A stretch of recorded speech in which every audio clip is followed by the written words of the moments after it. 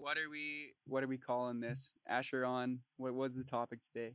Seemed like LSD was a big part of it. Asher on LSD. Asher on Asher. psychopharmacology Asher on. and chemistry of LSD. Something that, yeah. Asher on the food chain. Asher on.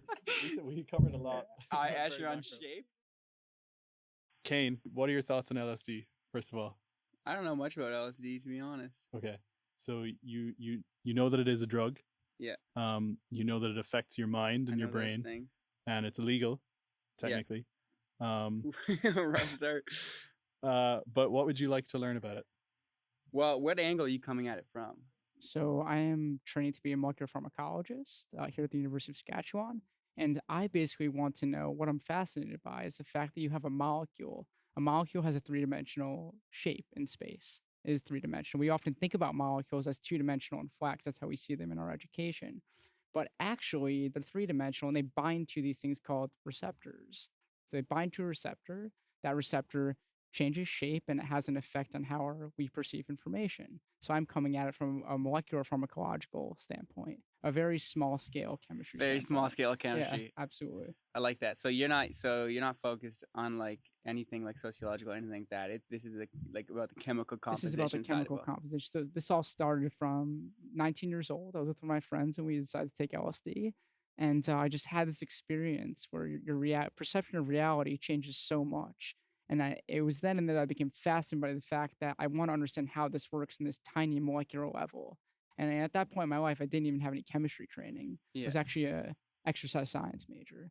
And then very shortly after, I changed my degree to chemistry with the hopes that I could study these sorts of changes. Interesting. So you saw like the physical changes that were going, or like the changes that you saw perceptually, and then you were interested in like the physiological cause of that. Exactly, the science of what happens. Yeah. Why is my brain telling me that this wall is melting into the floor? Why am I seeing colors differently? Why am I experiencing reality differently? That's interesting. I feel like people are quick to go like philosophical when they take psychoactive drugs like that and like try and draw inferences that way. So it's funny that you went to the place where it's like, no, there's a scientific reason that this is happening to me, that I'm tripping. Absolutely. And granted, there is a large philosophical contract when you do take psychedelic just Google drugs. Reddit trip report of anything, trip report of mayonnaise, and you'll find like a 25-page like manifesto about like. But a lot of people take again the philosophical view of it, and they kind of ramble through, and it's like maybe that person figured out exactly what's going on, but it's not backed up by this kind of concrete physical world we live in, this kind of materialistic point of view, and it seems like a little bit at odds with that psychedelic kind of viewpoint, like this scientific materialism. Yeah, the culture. So, yeah. Do you find a kind of weird disconnect there, or do you just honestly not really? So I wouldn't say I took the drug and went super philosophical. Of course, I had those very philosophical thoughts, but I just really, for some reason, my brain just told me I want to know what's happening on a chemical level versus like trying to explain it with philosophy. So what is happening on a chemical level? Sure. So the idea is that the drug itself, LSD, it binds or attaches to a receptor in your brain called a serotonin 2A receptor.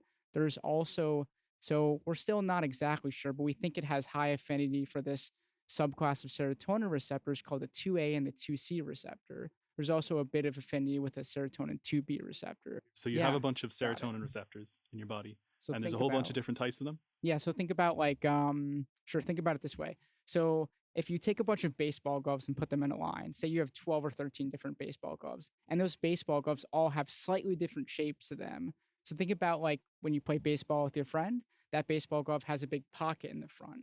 Think about if all those pockets have a slightly different shape to them, but they all have it's a little bit different, but it's all kind of similar, right? So when the drug binds to the receptor, it binds each of those receptors in a unique way. They're all serotonin receptors, they're just slightly different shapes to them because of that pocket. So then the LSD comes in and it gets caught in the baseball glove. But then how does that make the walls melt?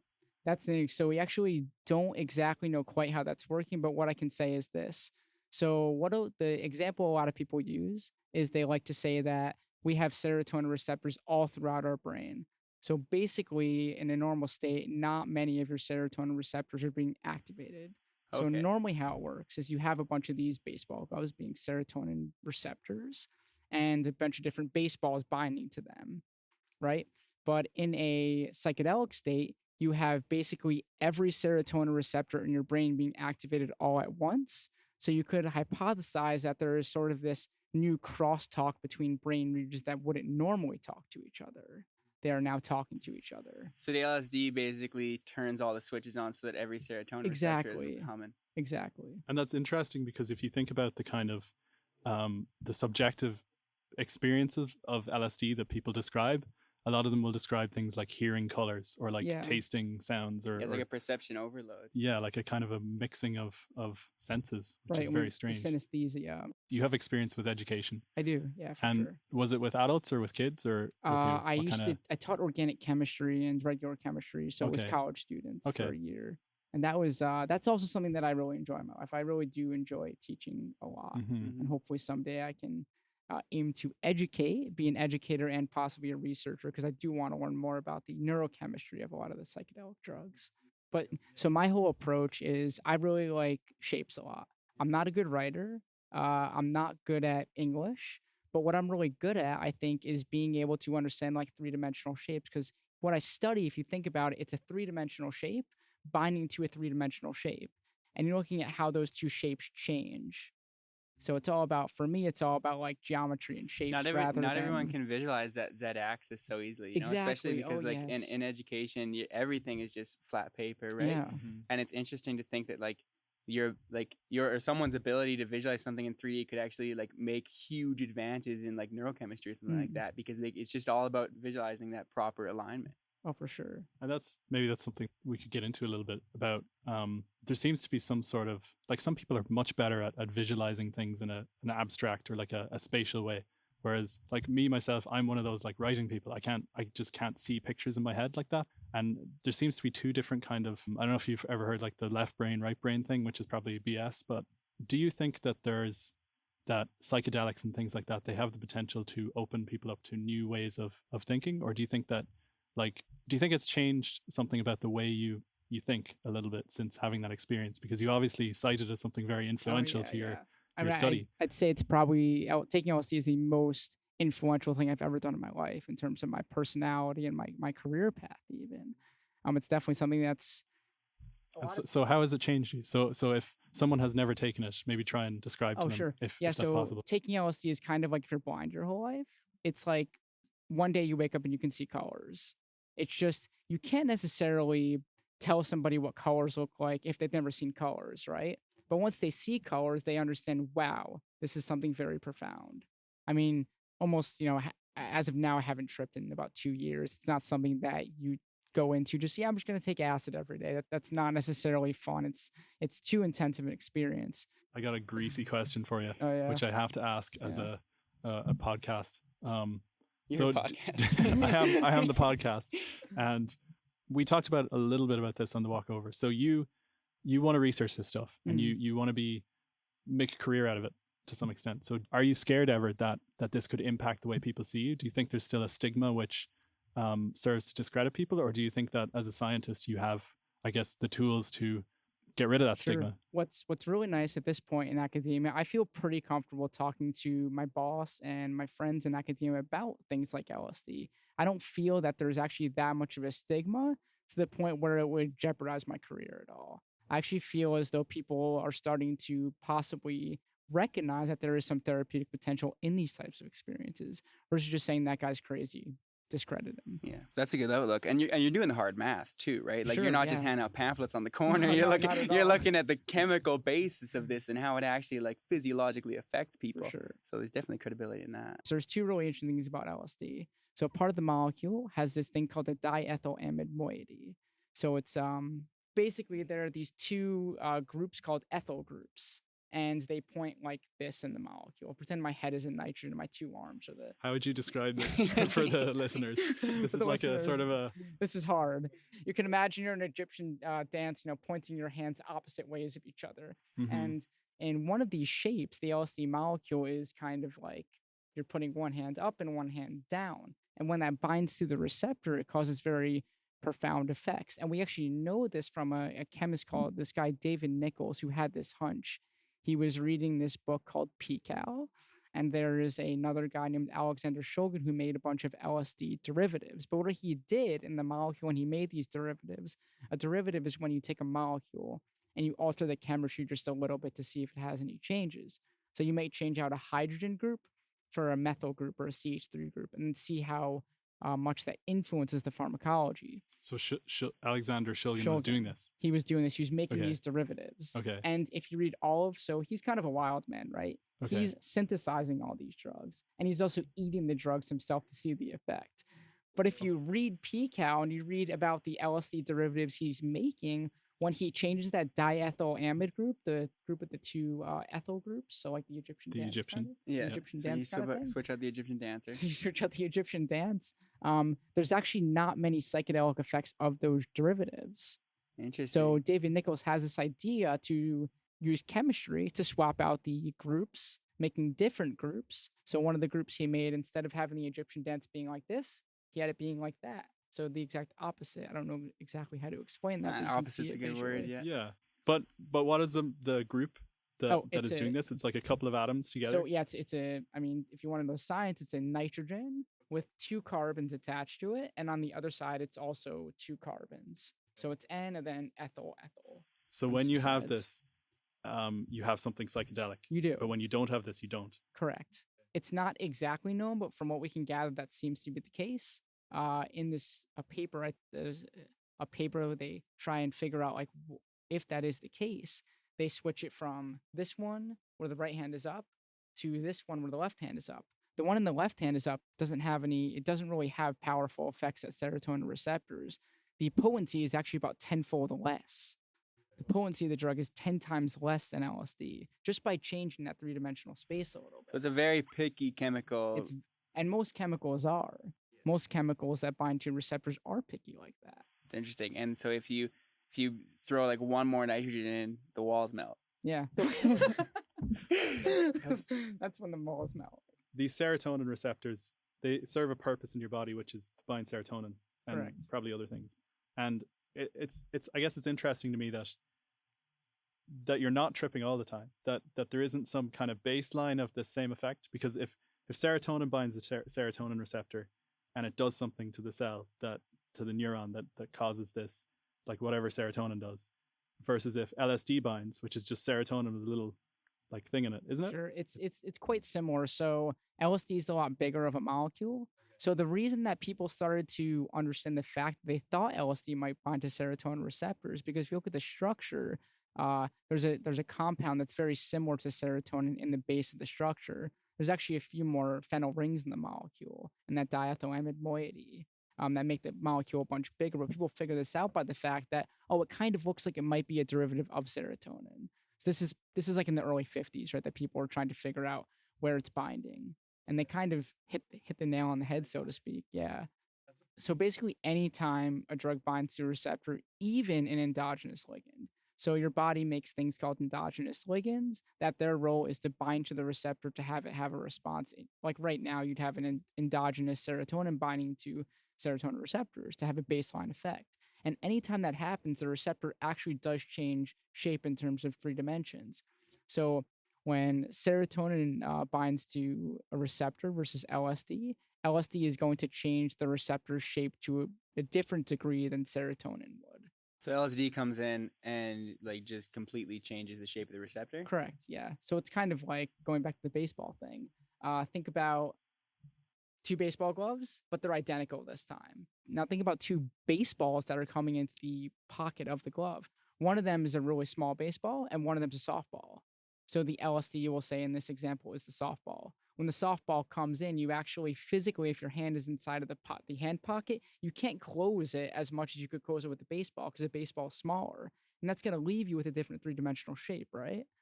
Is it like a softball, or is it like a bowling ball? Like how drastic is, like, I picture the LSD just coming in angry and just like really ruining that serotonin receptor's day, or is it like not that noticeable on a chemical level? On a chemical level, it is noticeable, yeah.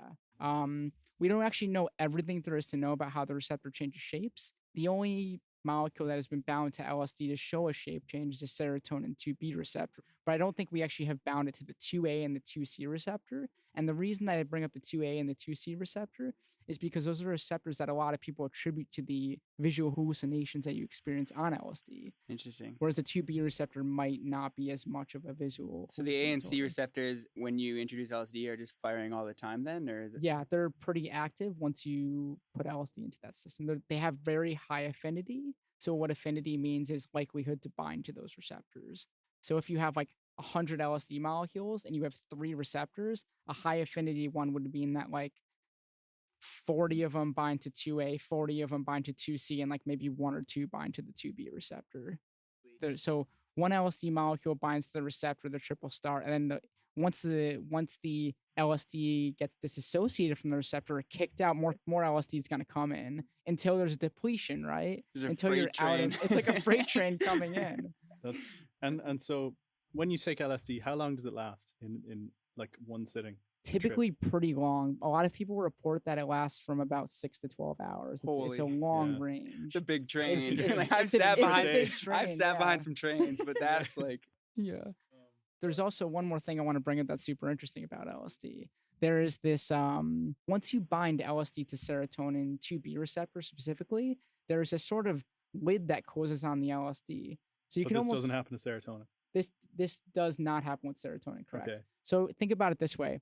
Do you guys remember those like coffee pots that you can open and close with like you push your finger down and the lid flips open and Yeah. it flips closed? Think about like throwing a tea bag in there. And then once the tea bag is in there, that is the LSD molecule. Okay. And if you let your thumb go, that it's going to close the top. So LSD has a similar sort of analogy. Once it binds to the receptor, this lid that is part of the protein itself, serotonin 2B receptor, closes in on the drug. And what that does is that makes it so that it's really hard for LSD to come off the receptor. So LSD makes it very hard for the receptor to kick the drug out. But once you change that lid to a different amino acid, it escapes much faster. And I guess that's why it lasts so long then. Yeah. So it just gets stuck in there. It gets stuck in there. It gets There's a trapped by slow-moving this train. lid. Yeah. Mm. The slow-moving train. I'm picturing like one of those big LoRaS bins, and you like I- throw a garbage bag in. Something I just wanted to ask you a little bit about. We talk about serotonin a lot as the kind of molecule that is associated with depression. And you always say, give me some more serotonin. That That serotonin's time of happy. year. Serotonin is like the happy chemical, right? Okay. That's what we think It of it. is, So people with depression don't have enough serotonin. Like, that's why we Is- use is the theory. SSRIs, Right. right? It's like And a so- serotonin reuptake inhibitor. So the antidepressants we use, they help you make more serotonin or they keep it out longer. If LSD binds to the same receptor, I've heard a lot of anecdotes and case studies Yeah. about people who are depressed and then they take LSD and then they suddenly are not depressed, and it's a very effective antidepressant for people. Do you, think that, I don't know if you've looked into this, but do you think that there's some sort of like a chemical basis, or do you think that it comes along with that change of mindset, like that philosophical kind of change that people go through? I know like- personally for myself speaking, Yeah. it didn't necessarily make me any happier than I was in my life already. The only therapeutic, so as of right now in terms of science, the most therapeutic regimented things with LSD actually come out of Johns Hopkins University. And what they do is they're trying to see if they can, so they bring in people who are like on a death sentence or dying of like inoperable cancer, and they give them LSD to Nice. alleviate their fear of dying. Phew. So that is one of the ongoing clinical trials right now put on by an organization called MAPS, the Multidisciplinary Institute for Psychedelic Studies. So they are basically an organization that puts out these pilot studies that looks at what can we use LSD for in humans. Mm-hmm. But if you're talking, I feel like if you're talking about therapy, then the whole trip would need to be like integral, like that philosophical aspect Exactly. and the chemical Right, aspect. right. You know, like I think that if you went through an LSD trip and you didn't trip at all, but the same chemistry, I guess that would be impossible. So it's not even worth an argument. But like, do you Well- think they're hand in hand, or do you think it's just the chemistry that's moved through your body that's cleaning out the old tubes? I don't necessarily think it's just the chemistry that's moving through your body, cleaning out the old tubes. I think there is sort of that, if you've taken these sorts of drugs, there is that just grandiose philosophical ideas you get from these drugs. I think it more speaks to that idea. type of Mhm. thing. Something you mentioned there that I kind of want to bring up. You said that maybe it's not worth thinking about because it's not necessarily possible that you could have a LSD that affects you without going through a trip.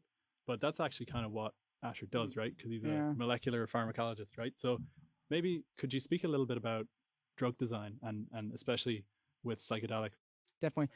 So the idea of drug design is that you can you can design a drug to target a specific receptor. So, Cool. for example, we're talking about serotonin receptors.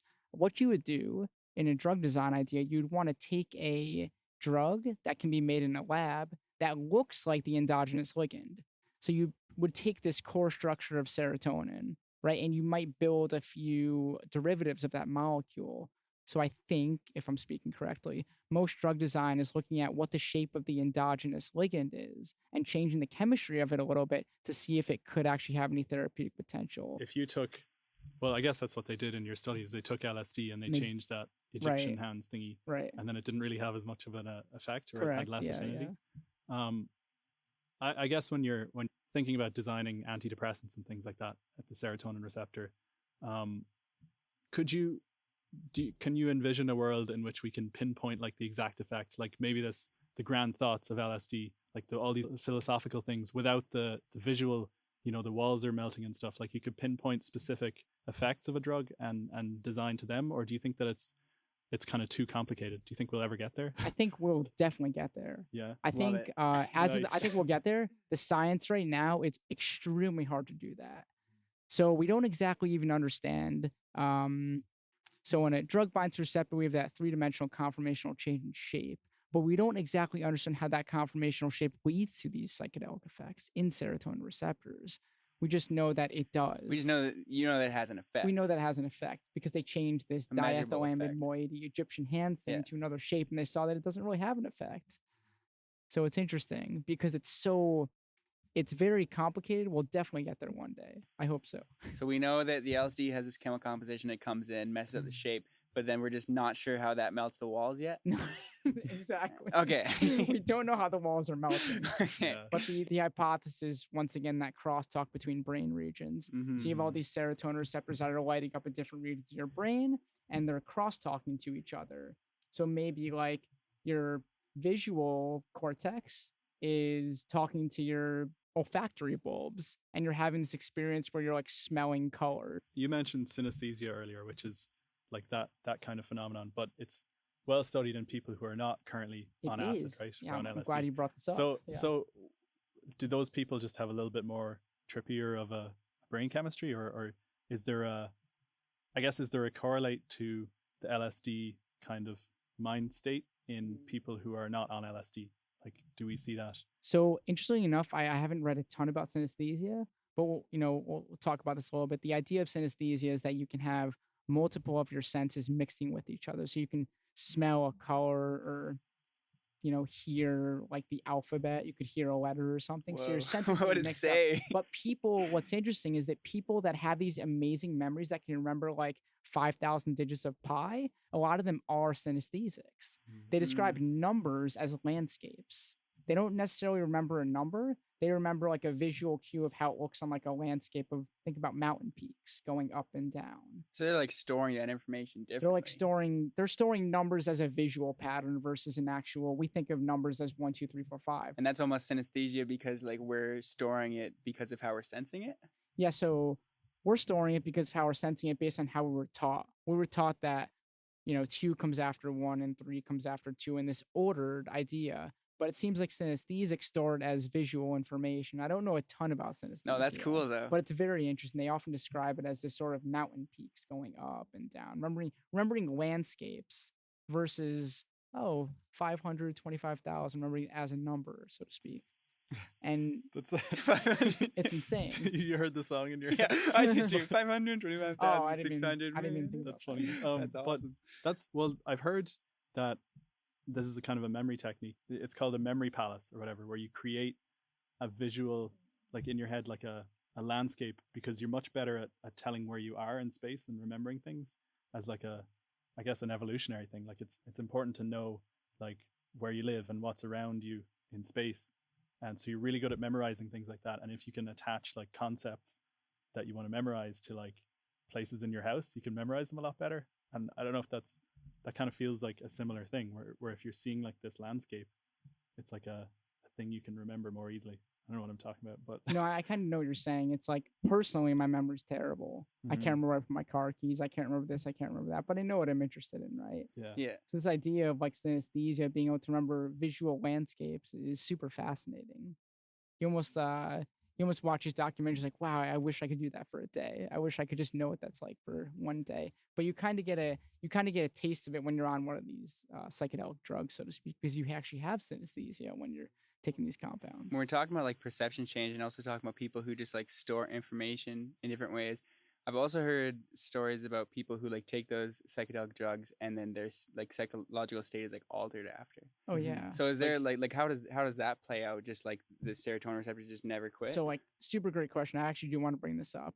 One of the known things about any really intense psychoactive drug is that I don't want to say normal, but I would say people without psychological disorders are usually okay to take psychedelic drugs, but people who are predisposed to like schizophrenia and depression and high anxiety, it's not recommended for these types of people. So I did want to bring that up. That's something I wanted to talk about specifically was schizophrenia, because there seems to be this I don't know if that's like a pretty pervasive myth that if you take LSD or psychedelics, you have like a much higher risk of schizophrenia, or you'll get schizophrenia, or everyone has that story of like that guy who tried it and now he's crazy, right? Yeah. So it's like, where do you think that comes from? Do you think that it's like, if you're using these compounds in a therapeutic way, do you think that there's a lot of potential dangers, or do you think that it's more overblown than it really is? So I do support the idea that LSD trips should be legalized, but I think they should be legalized under the supervision of a therapist.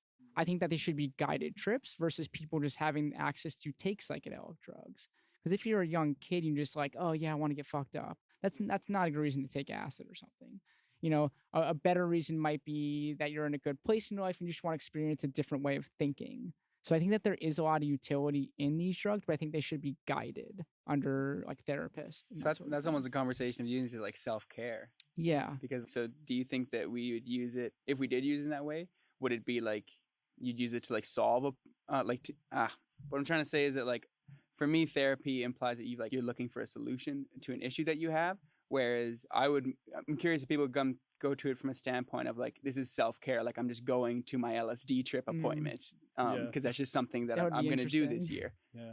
Do you think that system would be sustainable, or just so actually therapy? I do want to you kind of reminded me of something interesting. So in the 1960s, when LSD was actually, so after it was first synthesized by this guy Albert Hofmann, he was giving it to anybody who wanted it, any scientist, because he saw it as a way to study the mind. There was a research group in the 60s, I don't remember the group, but it was grad students. It was let's say a PI, a principal investigator. He was giving LSD to his grad students. They were engineers, and they were all engineers. They were all engineers. So what did they create? This is the idea that they're given. They were actually furniture design. They were designing furniture. So they were all asked to take LSD, and during their trip, they were asked to try and figure out a problem that they have been trying to solve in grad school, like maybe some furniture design that wouldn't work or it would work. And they all came out of the trip with, okay, yeah, I actually see they actually were able to figure out some of their engineering issues under the LSD trip. They were actually drawing during it. They were able to like solve their They were problems. able to solve their issues, yeah. It's so interesting that LSD like originated in an academic setting. Yeah, it kind of did. And then unfortunately, I don't want to say unfortunately, because people like Timothy Leary and that guy Scully who was synthesizing, they brought it kind of to the mainstream public. Mm-hmm. But interesting side note about Timothy Leary, he was this Harvard psychologist. And he went down to Mexico one year to eat psilocybin mushrooms. And he came back with the idea that like, oh, everybody should take these psychedelic drugs. He moved to California, kind of started the whole hippie movement. So he was kind of one of these people that unfortunately took I don't want to say unfortunately, but took it in a different direction. He took it from academia because he was an academic to mainstream. And he was kind of the person that helped propagate that forward, which eventually led to it becoming illegal with the whole war on drugs by Richard Nixon. But I mean, if you have a psychedelic drug, something that like alters people's perception, start in an academic setting, I feel like you can do, or I feel like we're maybe getting it back into an academic setting. But if you have it and just give it to the people, then I feel like there's a lot of room for them to just be like, we want to do this drug all the time, you know? I mean, I definitely think that a lot of people possibly who took LSD, maybe there were people that did get messed up psychologically from taking it, but that's because, you know, people are just taking it without the awareness of how powerful of a drug it is. Did you ever read Doors of Perception? Yeah, by Aldous Huxley. Yeah. My roommate was reading that at one point. Everyone's read it. Everyone's roommate has read that. At some, but one of the studies he cites. So Aldous Huxley is a writer. I think he was British, and he wrote Brave New World. So he's pretty famous because he wrote all these dystopian novels about pretty much how the world has gone.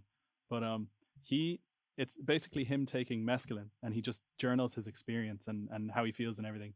It's some very beautiful writing, but he tries to be as scientific as he can. But it's written in, I think, the 50s or the 60s. And you can see that from a modern perspective, the science really isn't where it is now. So he has this whole theory that's it's because of like glucose in the brain. There's like too much on mescaline or whatever. And it's like, that I don't know if that's accepted or not. But I was looking at he cites his research, basically. He cites all his sources. And a lot of the stuff he cites comes from Saskatchewan, comes from Weyburn, Saskatchewan. And apparently that was a hub of LSD and psychedelic research sometime in the 60s. Have you ever heard of that? I have heard Somebody that. told me this too, actually. I was talking to was TAing yesterday, Yeah. and we got into this a little bit. And a student actually told me about this idea that there was some LSD research in Saskatchewan. I was fascinated by that. It's fascinating. It's strange that there's this historical, I guess, basis for it, and then like a little gap, and then it's kind of coming back now into fashion or so he academic. He basically documented verbatim what he was seeing, right? And that's the whole book, Doors of Perception. Yeah. So for you to decide to turn this into like an actual like pursuit, was it like the visual effects that it had on you? Do you think that piqued your interest, or was it the more like just psychological, like I'm perceiving differently? Psychological for sure. Yeah. Yeah. The visual stuff is fun, and it's interesting to see a wall melt into the floor. That's really fun.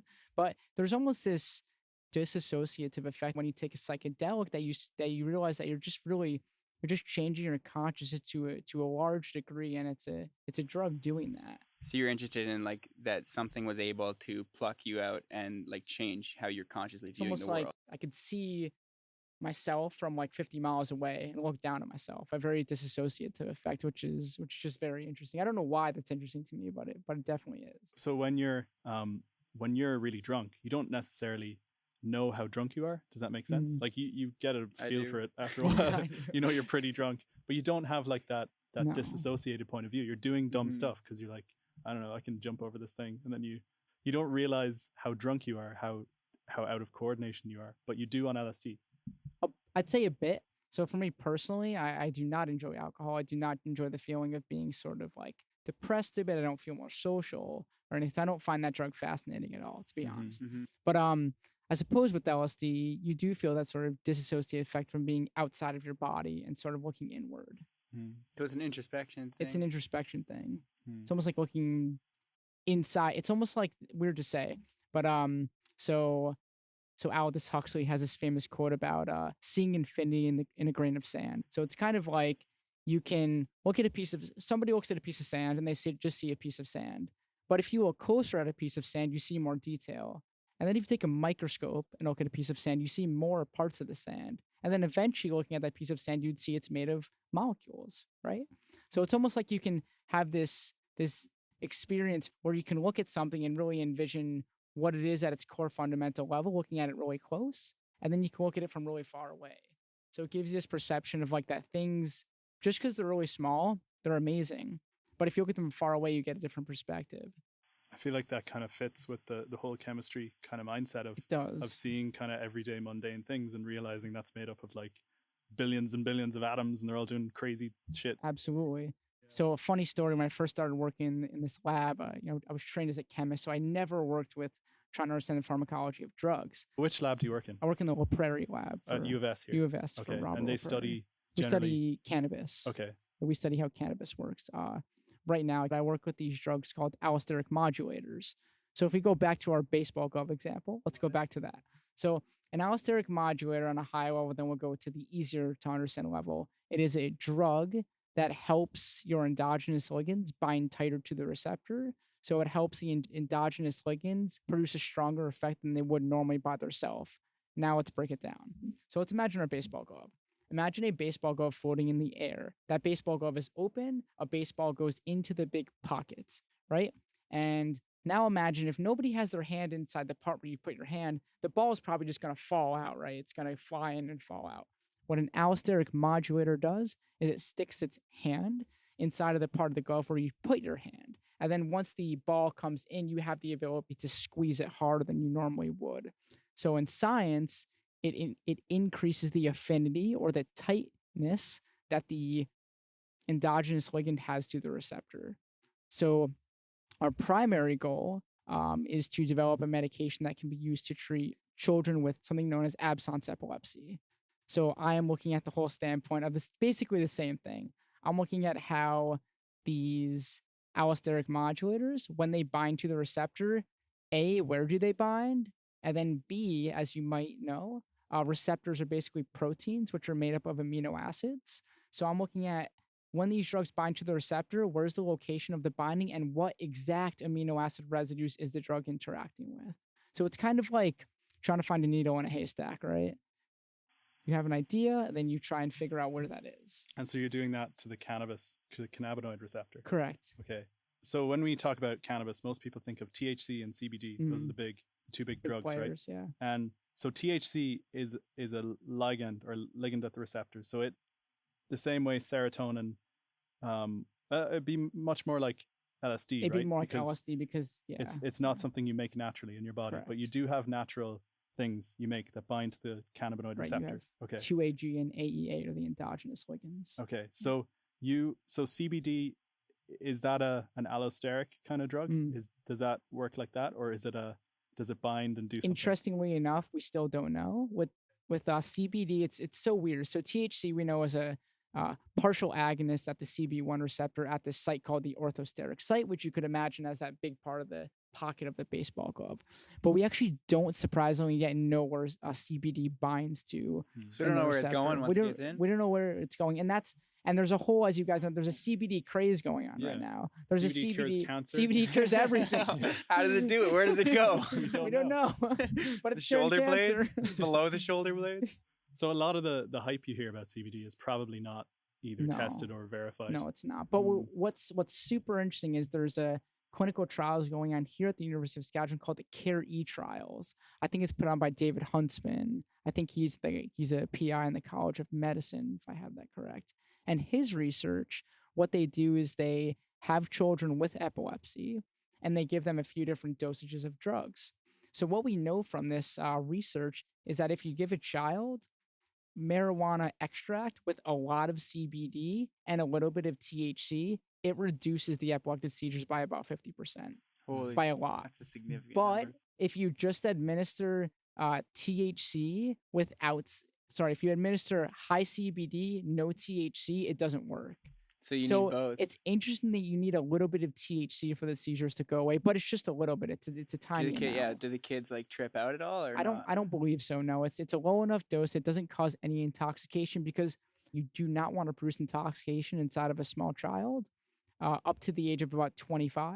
Mm-hmm. And the reason is that you have cannabinoid type 1 receptors in this brain region right under the skull called the prefrontal cortex. And there is some evidence suggesting that if you use marijuana before the age of 25, you can inhibit the growth of your prefrontal cortex. It's not 100%, but I think we're getting to that point where we think that that's the case. That could happen. Yeah. So you don't want to give the kids drugs. You don't want but you want to give the kids produce good intoxication. Drugs. Yeah. Right. That's a good distinction. You don't want to produce intoxicating, but you want to get rid of the seizures. Yeah. That's one of the big things going on here in Saskatchewan, the CARE-E trials. And if you look at the drugs we use to treat seizures in children right now, like we'll use anticonvulsants or anti-epileptics. A lot of those drugs have really bad awful side effects. Yeah. Yeah. And a lot of them are intoxicating. Like, I mean, lorazepam or diazepam or like Xannies, as we refer to them. That's pretty intoxicating, right? Yeah, that's a those seizure drug. It's an anti-epileptic. And so if we could use CBD and the kid is a kid, but they just aren't having seizures all the time. Like a 50% success rate with no side effects. That's pretty wild. Could we talk a little bit about LSD myths? Like no one's ever died from taking LSD, right? You can't overdose on it, or can you? So in terms of like a potency aspect, it's fairly non-addictive. We do know that there's not really an addiction associated with LSD. In terms of potency, not that I know of. You hear these myths that like people have taken so much LSD that they've died.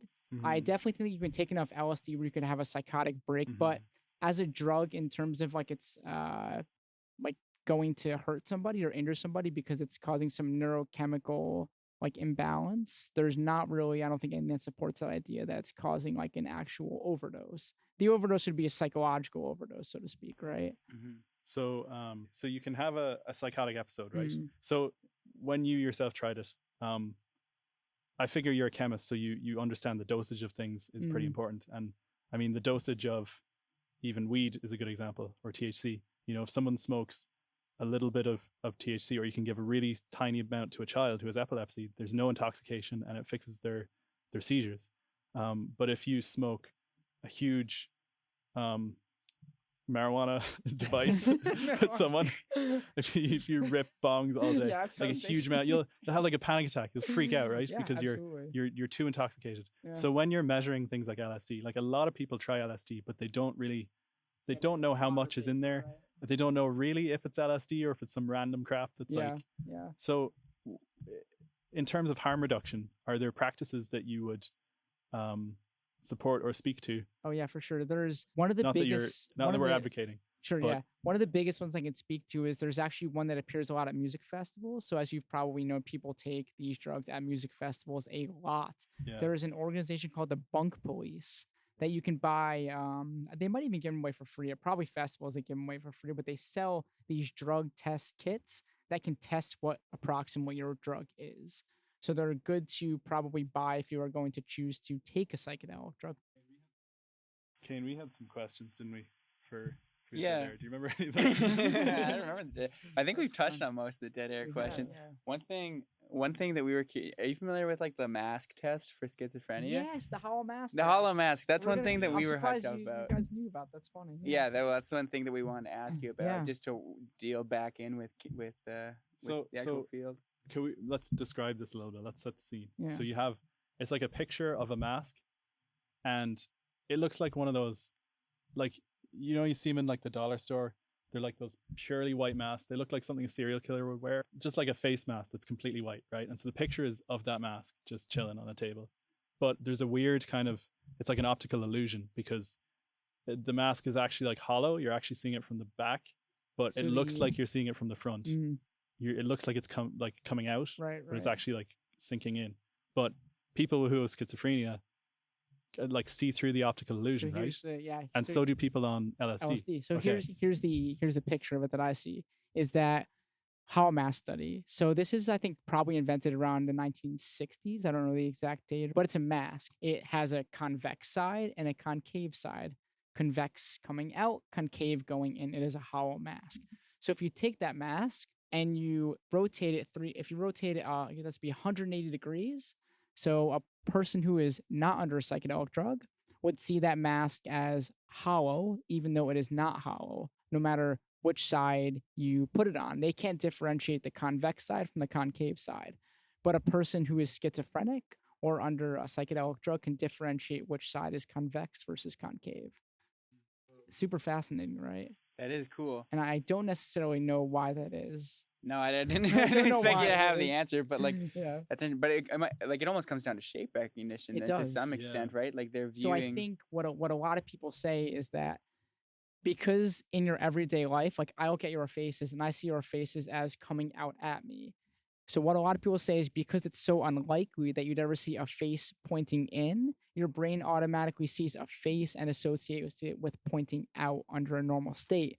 But when you were on these psychedelic drugs, it seems to disinhibit the part of your brain that would tell you which direction the mask is pointing, so you can actually see it for what it really is. That's interesting. That's So weird. like when Super when weird. you just look at it regularly, you're using like a familiarity aspect Yeah. to It's solve It's like it. almost like a bias that you have. Yeah. Like a- But that almost gets rid of it. You're just Because looking at you're it used to from seeing the pure- faces coming out at Yeah. you. You never see a face pointing in, right? But then under those conditions, you're just looking at it for exactly what it is. Right.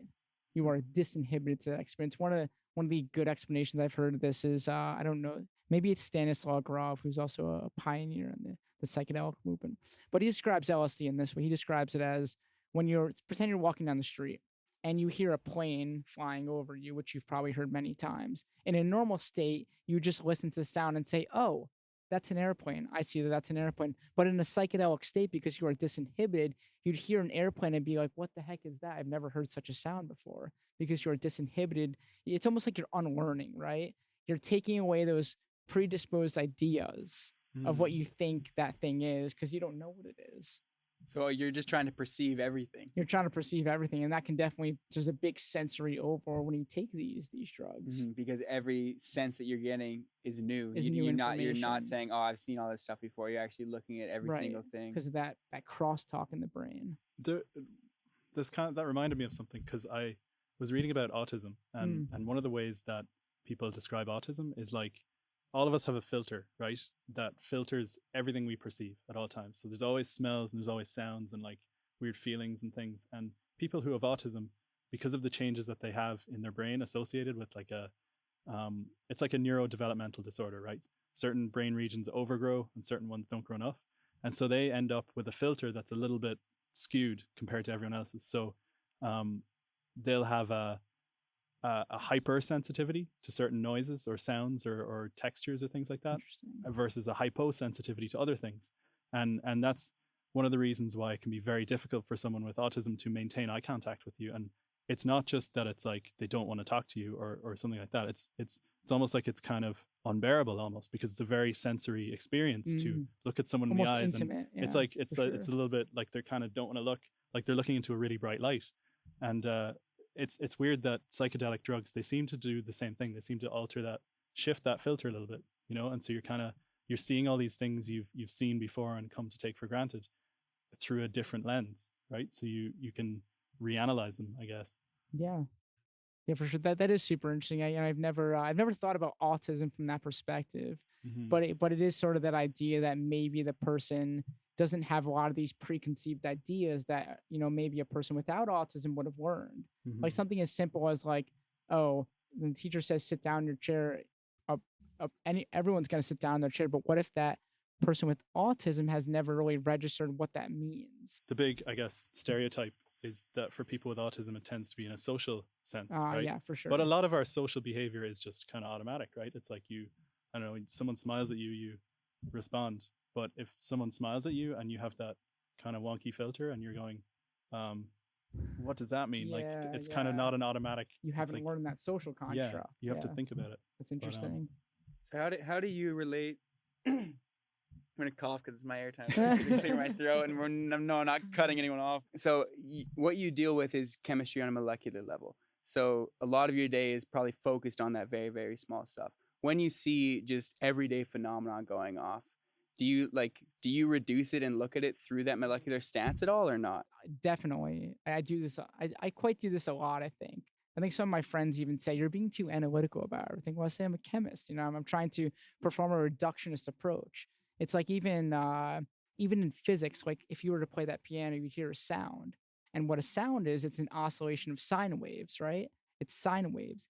Even things like light are it's an electromagnetic radiation, and colors are just different frequencies of that radiation. So I do kind of think this way in a lot of my life, but I enjoy it because it gives me a lot of pictures to think about.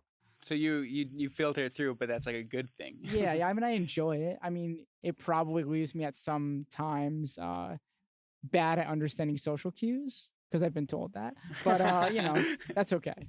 Do you think that the more you try and learn or understand about like reality in a scientific way, the more just shit you have to think about on a daily basis? Do you think it complicates everything? It's so difficult. I've totally, because I've taken these drugs and I want to study them molecularly, it's so hard to, can you study consciousness?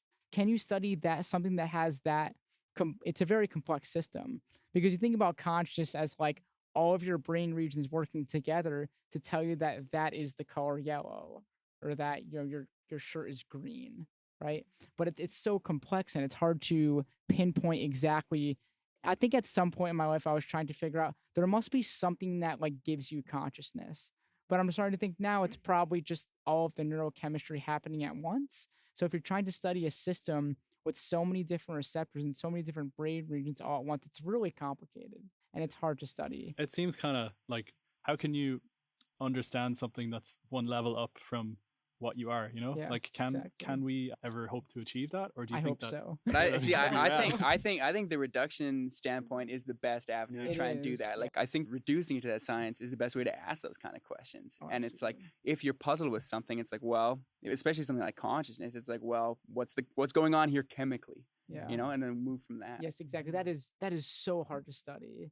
You're studying all brain regions at once. You're studying pretty much every neurotransmitter in your brain, every protein. It's so complicated. So yeah, right now we can't. Maybe Yeah. one day. It's also interesting to think that like in terms of consciousness, because you're using those tools that you're trying to understand to solve the problem. It's almost a vicious cycle because like the consciousness that you're operating from right now, you're trying to understand, right? Yeah, yeah. But you're using it to understand so it. that almost makes you wonder, like, what is the true nature of reality? Like, what if you could see reality without any form of like consciousness bias, so to speak? That would be amazing. That'd be well. I don't even know what that would look like. We have no idea what that would look No. like. It's like a Mhm. conundrum. Yeah. we need someone on who's a physics person who can explain like all the dimensions and stuff. That would like, be that cool, there's- yeah. There's 4 or 5 dimensions. Because or whatever. if you've ever watched, there's a great video. It's called Imagining 10 Dimensions. I don't know if you've ever watched it. But if you get past about 5, it becomes, to me, incomprehensible. And I'm pretty good with like shapes and stuff. It becomes incomprehensible. Can you visualize something that's 4-dimensional, or is it just like that you can understand the concept of that? I can. Can you visualize it?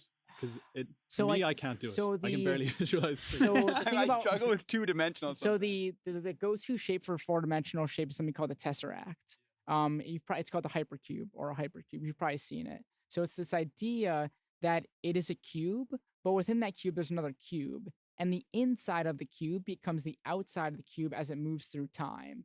So the idea is that the 4th dimension is time. I made right? one of those. Yeah. You made one? Yeah, we did this thing. What do you mean you made a How do you 4-dimensional make a- tesseract? I made one by accident, really.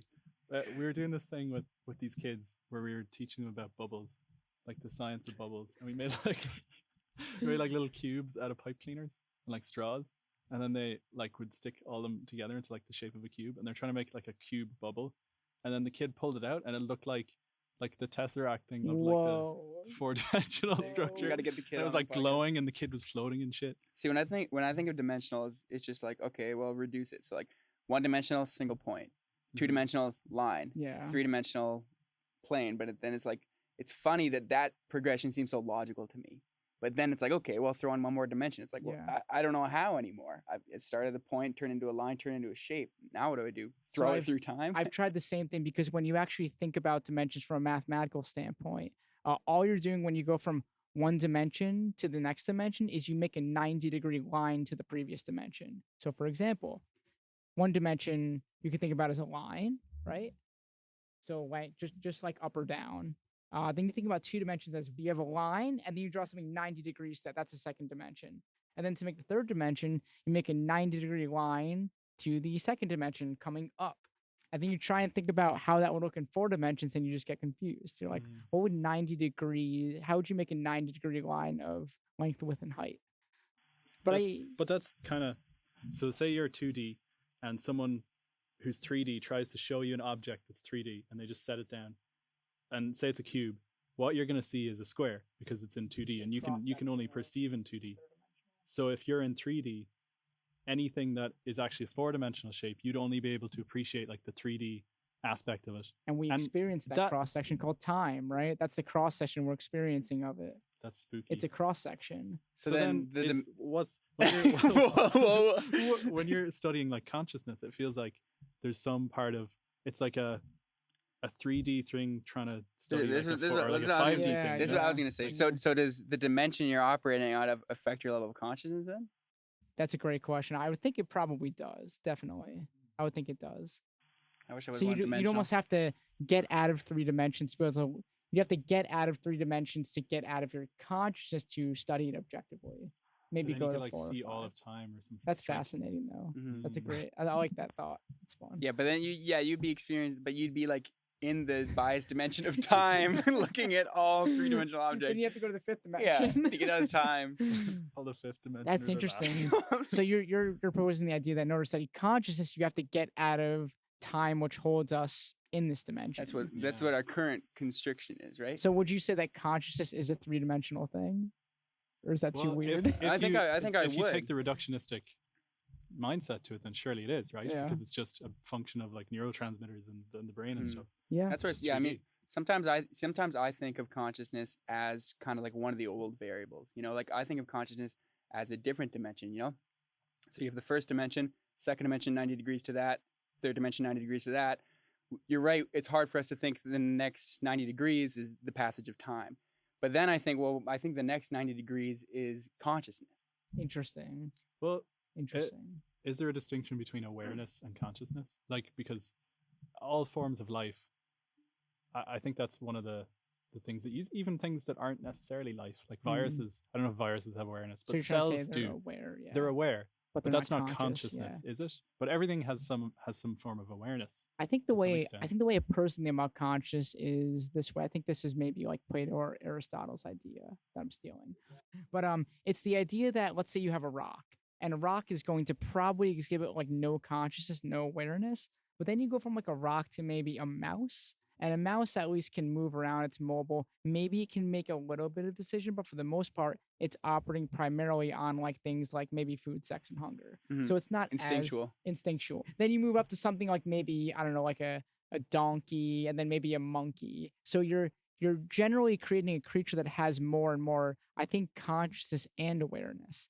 And what we think as human beings is that on this planet, we are the most supreme conscious beings, right? And then how would we become more conscious? We go to something that's higher up in terms of us, which we don't really know what that is, unfortunately. That's like the food chain, isn't it? It goes rocks, Yeah. mice, donkeys, and people. Donkeys, monkeys, people. Yeah, donkeys, monkeys.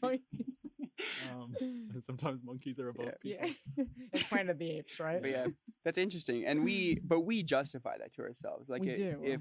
if a horse came out to me and tried to make an argument that it was more conscious than me, like I'd tell it to screw off, you know? You don't know. Yeah, What do like you I mean? know more than you. So that, yeah, right now we just compete with the trees and the Right now horses. we just- But it's like, but there was a time in like the history of Earth where like multiple sapient tribes existed at the same time, right? Like there was times where, and I agree, like I don't know what that would look like if like you could see people, like see other factions that were like distinctly different, but like you're competing for consciousness. So like who is more, is the, like, does the tribe that is the most aware just hold the consciousness of the universe at that point? Well, you'd assume that the tribe that's most aware is the most dominant one because it is the most conscious, right? Because it seems like the only way that we control a lot of things in this planet is because it seems as though we are the most conscious thing that exists in terms of like life itself. And the reason that we can dominate things like mice and rats and donkeys and I don't know, maybe we breed dogs is because we are more aware than those species. But are we more aware than ourselves? That's the Are we question. more Can aware? can we That's the idea somehow of getting out of underlap ourselves? consciousness. But Yeah. then, Yeah. so like the distinction between like a horse and a mouse, actually maybe there's not a distinction between myself and a horse, I'd hope is obvious in terms of consciousness, right? But like if we begin to appreciate that, like, let's say the most aware human is the most aware human more conscious than the least aware human. Is that's what I'm asking. So like, because yeah, it's easy to say, yeah, I probably every human could beat a horse in a consciousness competition. So are you trying to distinguish like possibly a higher conscious as a higher form of intelligence? Like is Stephen Hawking, is he more conscious than I am? That's what I'm asking, you're because asking. if it exists only within the entity, then wouldn't that be true? But there's all sorts of people of different levels of cognitive function, right? So you could have someone who's brain damaged or someone who's like severely mentally handicapped, and so they don't have the same level of ability to understand their surroundings that you or I would, but they're still bound by the same drives that you and I are. So it's almost like they still want food, sex, hunger, and you want all those things too. And it's almost like no matter how noble your goals and how complicated, I wonder if there's some extent you can trace those back to those same kinds of drives almost, you know? Like maybe we're still a slave to our... You still operate from the instinctual basis, but like so does the mouse, right? Yeah. But I think that can be accepted as kind of a standard across anything that's living, That's aware, right? yeah. And that's aware. It has to some extent like act instinctively, right? Like I will seek food when I'm hungry, but I think that I'm not making an argument of intelligence. I'm just saying I think that some things contemplate consciousness more. But so would you say that once you get beyond those bounds of like having food, sex, and hunger. Once you have all those basic needs established, it seems as though you can go on to other things. So one of the things, going off topic, this makes me really think of is, have you heard of the stoned ape theory? It's definitely a Joe Rogan thing. Yeah. So it's kind of the idea that when early human beings discovered the use of like drugs, they were using these drugs to enhance their conscious, to be able to have their brains grow and learn more. And Were they above the age of 25? and you almost there's almost this thought that possibly these psychedelic drugs could have perpetuated these stone monkeys into thinking at a higher level of consciousness. Because I mean, drug use, especially psychoactive drugs like ayahuasca used in the Amazon rainforest, goes very far back in terms of history, and so do psilocybin mushrooms, those actually originate in Mexico. Asher on. Well, I didn't decide my title. Asher on LSD. Asher, not currently on LSD. Asher is not currently on LSD. Is there? No, I like that. Oh man.